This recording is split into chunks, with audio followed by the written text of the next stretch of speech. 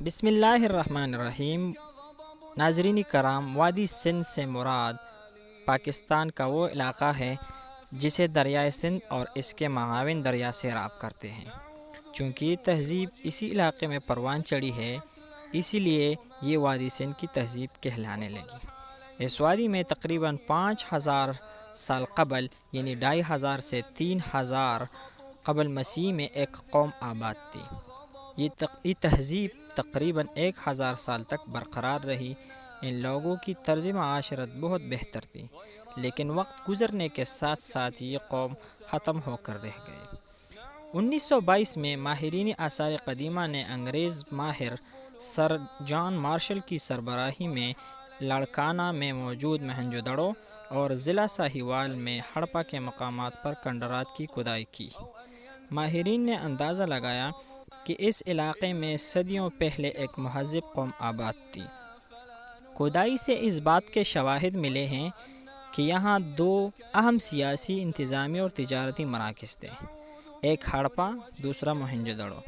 یہ دونوں شہر ایک دوسرے سے تقریباً 720 کلومیٹر کے فاصلے پر واقع تھے، لیکن ان دونوں مقامات سے برآمد ہونے والی اشیاء ایک دوسرے سے ملتی جلتی تھیں۔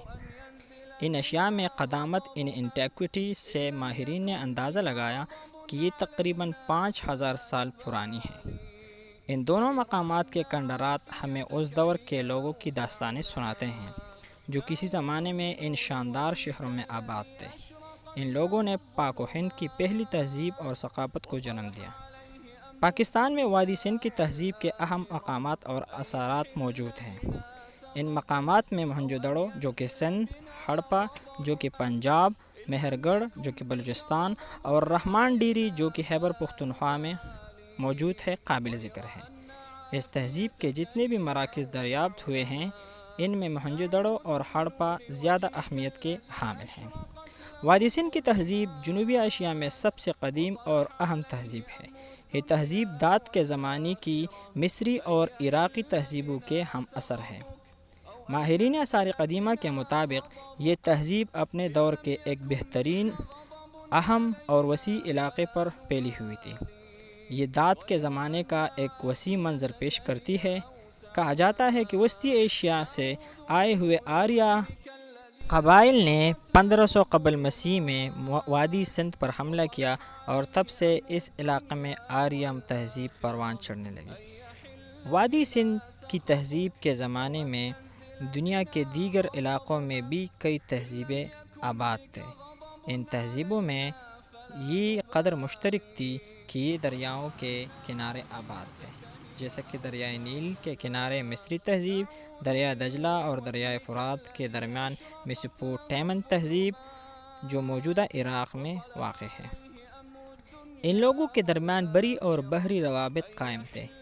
اس بات کے بھی شواہد ملے ہیں کہ ان تہذیبوں کے درمیان تجارتی تعلقات بھی موجود تھے۔ تاریخ کے مطالعے سے اندازہ ہوتا ہے کہ ان تہذیبوں کے درمیان بری روابط کے لیے موجودہ پاکستان، عراق، ایران، شام اور مصر کی سرزمینیں استعمال کی جاتی تھیں، جبکہ بحری روابط کے لیے بحر ہند، بحیرہ عرب، خلیج فارس اور بحیرہ احمر استعمال کیے جاتے تھے۔ ناظرین کرام، آج کی یہ خوبصورت ویڈیو امید کی جاتی ہے کہ آپ کو پسند آئی ہوگی۔ مزید ویڈیوز کے لیے ہمارے چینل کو سبسکرائب کریں اور بیل آئیکن کو بھی پریس کریں تاکہ ہماری نئی آنے والی ویڈیو آپ کو بروقت پہنچ سکے۔ تب تک کے لیے چلتے ہیں، ملتے ہیں ایک نئی خوبصورت ویڈیو کے ساتھ۔ اپنا خیال رکھیے۔ اللہ حافظ۔